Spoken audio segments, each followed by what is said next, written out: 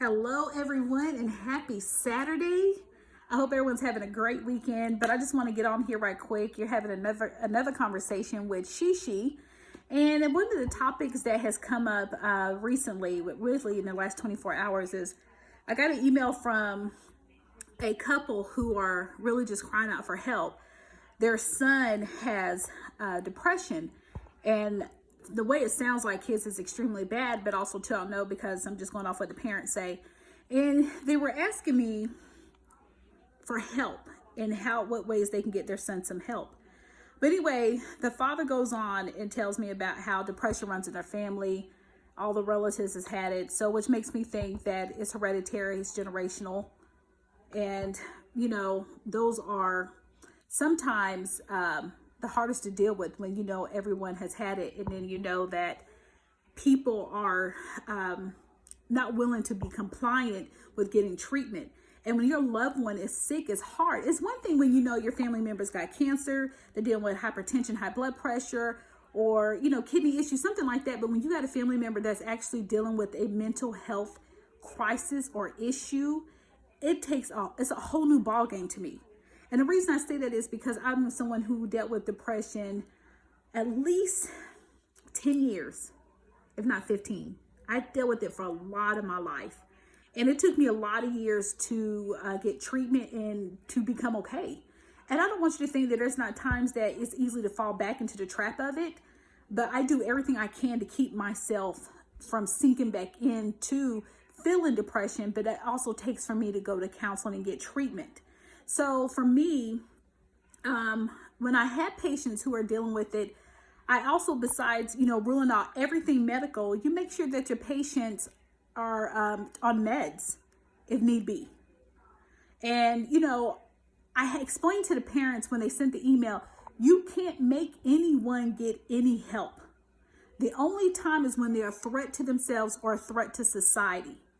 Then you can dial 911, and then, of course, you have the law on your side, and they'll help your family member get help, and then it becomes like court mandated. Like they get court committed. There's nothing they can do about it. The state has said you have to get treatment. So with that being said, they mentioned to me that their son has been on meds, which I was really happy to hear. But also too, he's not getting counseling. So what the parents did, they tried to do an intervention because they said the son with his depression becomes, his anxiety gets really high, which is normal. I'm so used to hearing that. And I'm not saying it like I know everything, but it's just really sad because I know through the season of the year that people's depression levels go higher, and business for counseling, psychiatrists, hospitals, it goes through the roof. And you get people who cannot handle or deal with it, which is understandable because it's so hard. People do not understand the effects that depression has on people unless you've ever had it or you've had to deal with it. So I want to get on here right quick and say there are about 18 million adults dealing with depression today. That's what statistics shows. And then they said it's also the leading cause of disability between the ages of 15 through 44 years of age. And then it says, and it's also the primary reason why someone dies of suicide. And that's about every 12 minutes, someone dies of suicide, dealing with depression.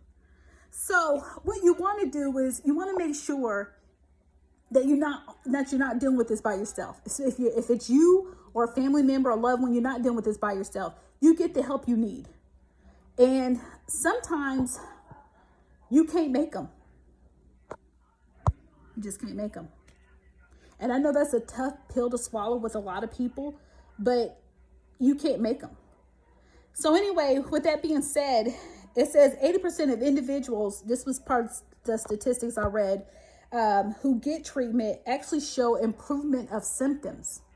So depending on what your symptoms are, they really can be improved if you get the help.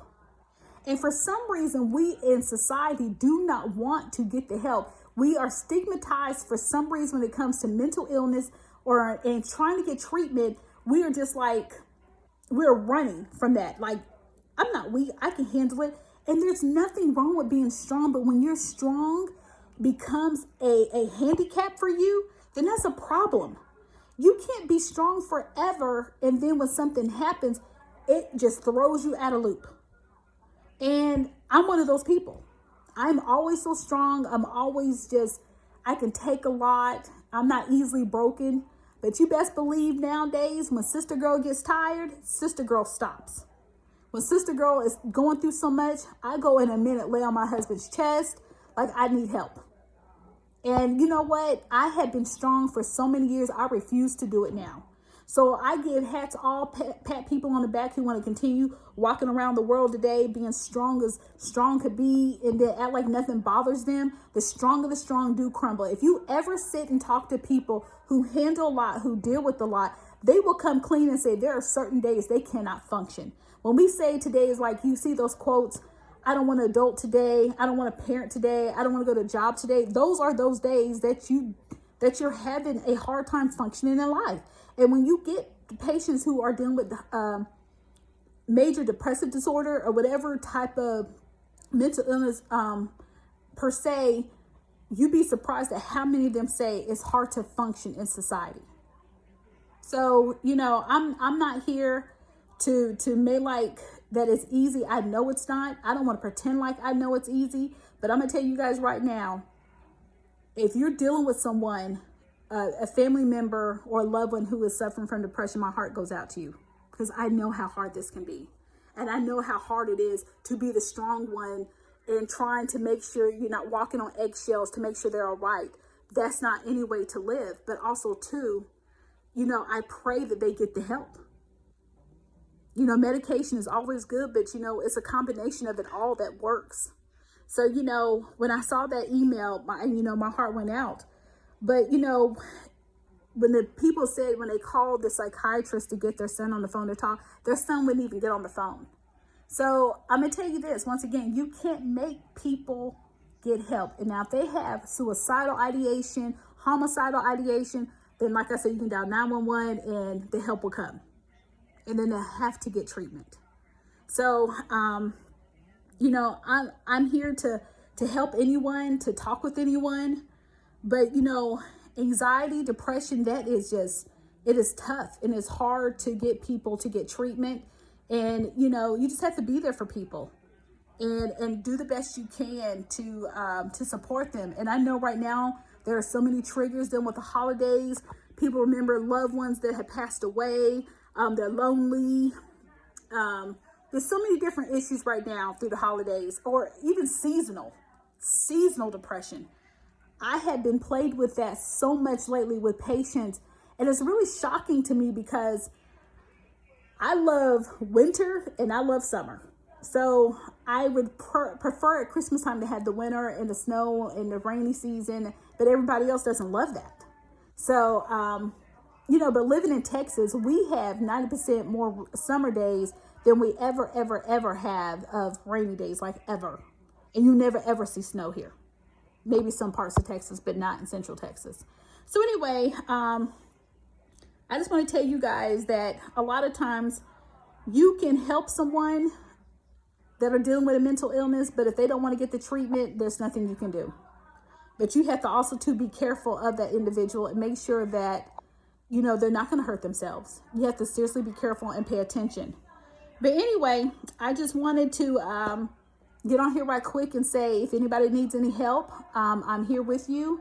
It's really, really hard. And I don't want you to go through this by yourself. My number is 940-247-0619. Give me a call. I'm here to chit chat with you. And this was another conversation with Shishi. And I look forward to hearing from you. Talk to you soon. Bye-bye.